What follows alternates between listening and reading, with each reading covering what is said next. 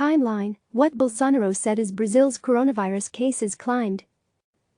That Brazil saw warning signs would be a dramatic understatement. As COVID-19 raced across Europe, knocked the UK Prime Minister flat, and throttled New York City earlier this year, Brazil had plenty of notice that a catastrophe was on its way. But was some of the danger drowned out by the megaphone of its bombastic President Jair Bolsonaro, who has repeatedly dismissed the virus as a little flu? Brazil has now claimed the grim title of most COVID-19 cases globally after the US. More than 25,000 people in Brazil have died, and some experts say the death toll could quintuple by August.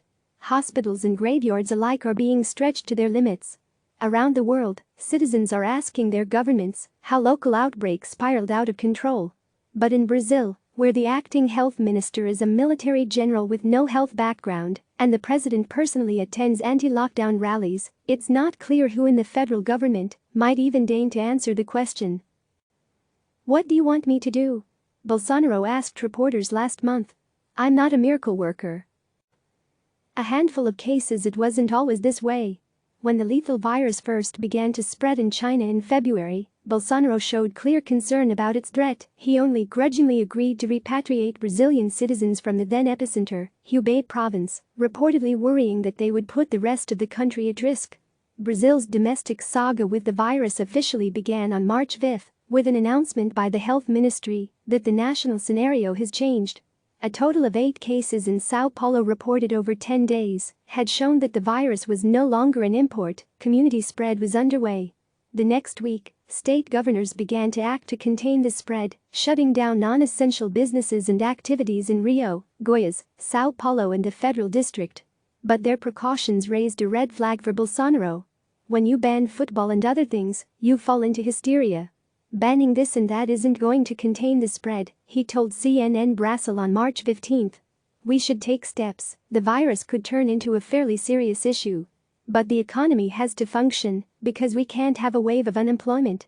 This would become the argument that the outspoken business-first president has consistently repeated, even as the coronavirus crisis radically evolved around him, that the economy cannot be sacrificed for the sake of public health. The first death under Brazil's federal system, state and city officials wield the power to implement regional measures, while the national government oversees broader issues. In March, Bolsonaro's government did its part to stave off the coronavirus. It closed Brazil to the outside world by closing most land borders and barring foreigners from entry via international flights. Finance Minister Paulo Guedes also announced a major stimulus measure to fund social assistance programs and cushion the fall for people losing their jobs due to shutdowns. But the virus was already spreading internally. On March 17, health officials in São Paulo confirmed the country's first coronavirus death, a 62-year-old man who had traveled to Italy. Local government's efforts to stamp out the virus were met with criticism from the top, as Bolsonaro derided unpopular quarantine and shelter-in-place measures. "Our life has to go on. Jobs should be maintained," Bolsonaro said in a March 24 speech broadcast on national television and radio. Bolsonaro also tweeted videos of himself visiting shopping districts in Brasília, encouraging people to continue work and boosting the unproven drug chloroquine as a cure. On March 29, Twitter took the extraordinary action of removing the posts. Meanwhile, horror stories about the coronavirus were emerging elsewhere on the continent. In Ecuador, the city of Guayaquil saw its struggle with the virus laid bare online in early April, with social media videos and photos revealing dead bodies lying on sidewalks and abandoned in front of hospitals. 1,000 deaths as cold weather began to set in for Brazil's autumn. Bolsonaro again took steps to reinforce the economy and the public healthcare system. He boosted funds for severance payments to laid-off workers and signed a law to provide 3 months of emergency funds to the country's poor and informal workers.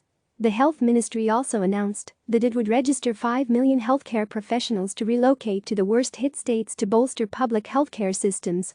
But his personal words and actions continue to belie his government's work. On April 9, images showed the president barefaced at a local bakery, hugging supporters and posing with people in defiance of social distancing advice. Crowds could also be heard in the background booing and yelling out their windows from surrounding buildings. The country passed 1,000 deaths on April 10.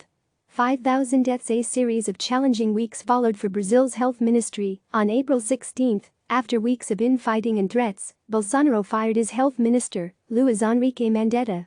The outgoing minister had been one of Brazil's biggest proponents of social isolation, supporting governors' decisions to shut down schools and businesses. In a press conference after Mandeta's departure, Bolsonaro praised his work but insisted the economy and health at this moment should be treated like two illnesses. "You can't treat one and ignore the other," he said, adding that he had already discussed the need to gradually open up with incoming Minister Nelson Taik. On April 28, Bolsonaro expanded the definition of essential businesses, adding retail, food services, transportation, auto repair shops, and storage businesses to the list. "We were clearly on opposite sides," Mandetta would tell CNN's Cristiana Manper weeks later. "They thought that wouldn't be more than 1,000 cases. And I think that we are going to be way over this. I think that Brazil can become one of the highest number of cases in the world," he added. By April 29, more than 5,000 people had died. Questioned by reporters outside of the presidential residence in Brasilia, the president uttered the infamous words, "So what? I'm sorry, but what do you want me to do?" He later added, "I'm sorry for the situation we are currently living with due to the virus. We express our solidarity to those who have lost loved ones, many of whom were elderly. But that's life, it could be me tomorrow." 10,000 deaths. The rate of infection only accelerated in May. On May 7, Bolsonaro and Guedes issued a statement insisting that quarantine measures needed to be relaxed or the economy could collapse. 2 days later, Brazil's coronavirus death toll crossed 10,000. The next week, Bolsonaro again pried open the notion of essential services, this time adding beauty salons, barbershops and gyms. "This story about lockdown, closing everything, that is not the path. That is the path to failure, to breaking Brazil," he told journalists on May 14, the same day that he signed a decree exempting public officials from liability for their responses to the pandemic unless an action had an elevated degree of negligence, imprudence or malpractice. The next day, the new health minister Nelson Taik resigned. An oncologist by training, Taik had been in the role for less than a month and had reportedly clashed over promotion of chloroquine as a treatment. Much later, in an interview with Globo News, Taik would also appear to criticize Brazil's ever-widening definition of essential businesses. "Healthcare is absolutely essential. Obviously," he told the Brazilian publication on May 24. "Is beauty essential? I don't know." 15,000 deaths after having two medical experts at the top of the health ministry and no end to the crisis in sight, Bolsonaro changed tack. He chose Eduardo Pazuello, a military general with no background in medicine or public health, to lead the nation's fight against the coronavirus as the interim minister. Brazil's death toll surpassed 15,000 on May 16. That day, Bolsonaro joined another rally outside his official residence in Brasilia. Video streamed to Bolsonaro's YouTube page showed him wearing a face mask, shaking hands and even carrying several children. The next day, Brazil surpassed the UK to become the country with the third highest number of cases in the world. 20,000 deaths within days, Brazil rose again in the grim rankings, overtaking hard-hit Russia with more confirmed coronavirus cases than any country in the world, except the US. By May 21, 20,000 people had died. That night, when Bolsonaro stopped at a hot dog cart in Brasilia, his entourage attracted a mix of supporters and angry protesters.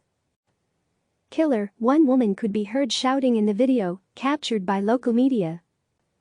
25,000 deaths on Wednesday, the health ministry raised Brazil's national death toll to 25,598. Throughout recent months, the federal government's focus on protecting the economy first has largely been borne out with measures to relieve businesses and inject cash into the economy.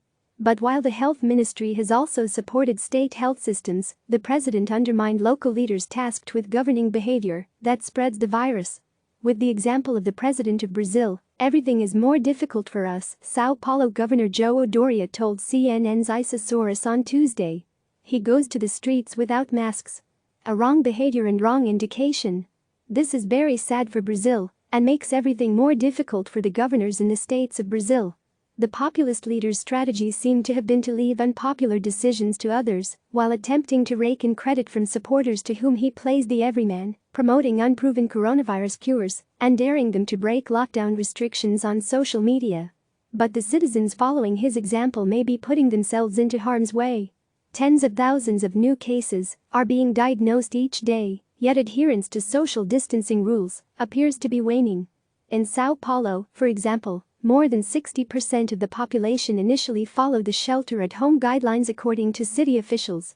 Last week, less than half stayed at home.